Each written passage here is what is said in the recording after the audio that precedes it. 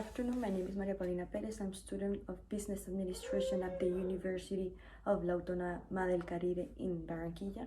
Today I'm going to interview the controller of the Quantum Group company. So I'm going to ask her few questions about the planning, the strategy, what type of leadership she is, and all those things. So she's coming and now I'm going to make her the questions.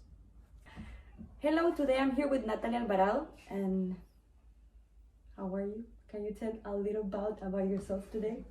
Yeah, sure. Hello, my name is Natalia Alvarado.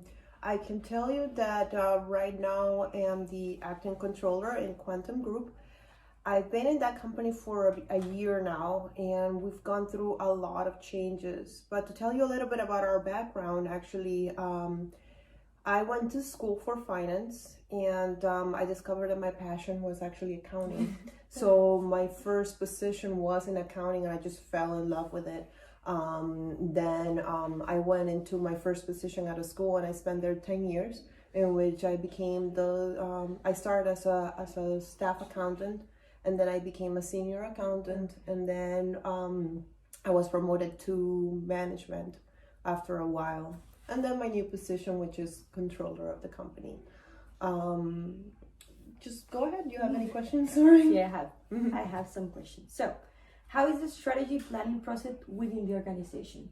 Well, it's interesting that you asked about that because it's different within each department. So each department takes control of their own strategies, of course, always in line with what the company is all about. And what the company always has harped on each of its directors is actually to think not only of what's good for the company, but also what's good for the customer and if it's good overall. So it's not a company that's always thinking about profits, even though we strive to gain those profits, but it's always looking at more than that, more to benefit the customer and to benefit the overall environment as well. When I tell you about strategies, I can tell you that in order to come up with a good strategy, what you have to do is analyze the current situation. How are things done presently? Are they working? Are they not? And you really have to start listening at people, what they're thinking. The people that actually do the processes day by day are the ones that are gonna give you the more insight.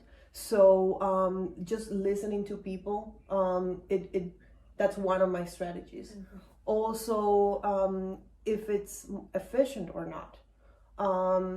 Is there a better way? Do I think there's a better way?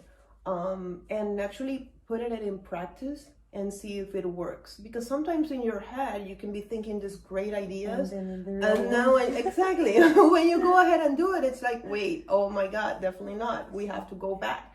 And depends on the time. Exactly. Right. How is the organizational structure of the company defined? Right now, our company counts with the executive team, which is the CEO, CFO, and then we have the VP of operations and the VP of sales, and then we got the directors. Okay. So the directors are, it's actually the group I'm in. You got your controller, as I said, then you got the director of operations as well, and director of marketing, and then you got your managers, which are under the directors. So that's basically the structure that the company has, and every 2 weeks or so there's a directors meeting in which all of us just collaborate with each other, just the challenges that we have day to day, and see if others can help us or just pull in ideas. So according to the type of leadership, what type of leader are you, and what characteristics defines you as well, and how does you motivate your employees? I think the type of leader that I am is somebody that listens to their employees.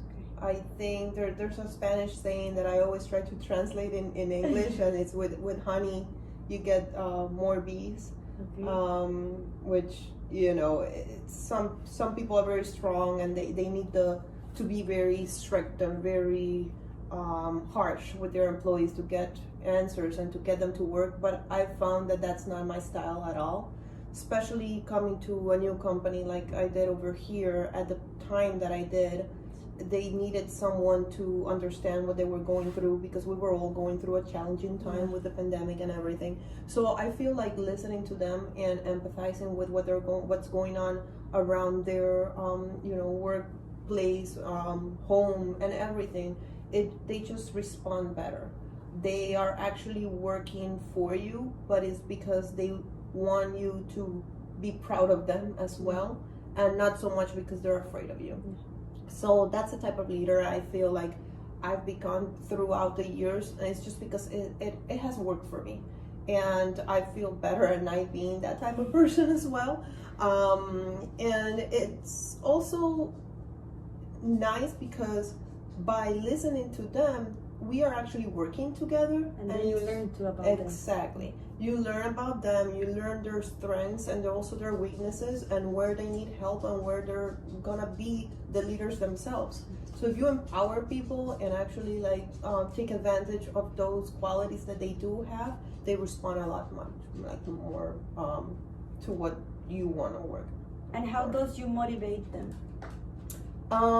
You always praise them. You want to praise them. Also, you praise, one thing is you praise in public and you admonish in private.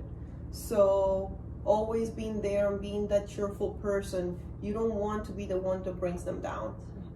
If anything, you want to bring joy to the workplace, because that's where you're gonna be most of the time. I mean, that's more than 8 hours a day, 5 days a week. So you have to be that person that they want to see in the morning, or even if it's just a good morning, how are you, how's your dog, anything like that. Sometimes they spend more time with you than than with their family. Yeah. Yes. So that's what I try to be. I mean, I just try to be that person that, they want to say hi, or not only they want to say hi, but they're comfortable enough to actually talk to you if there's a problem, or if they made a mistake. You don't want them to cover that.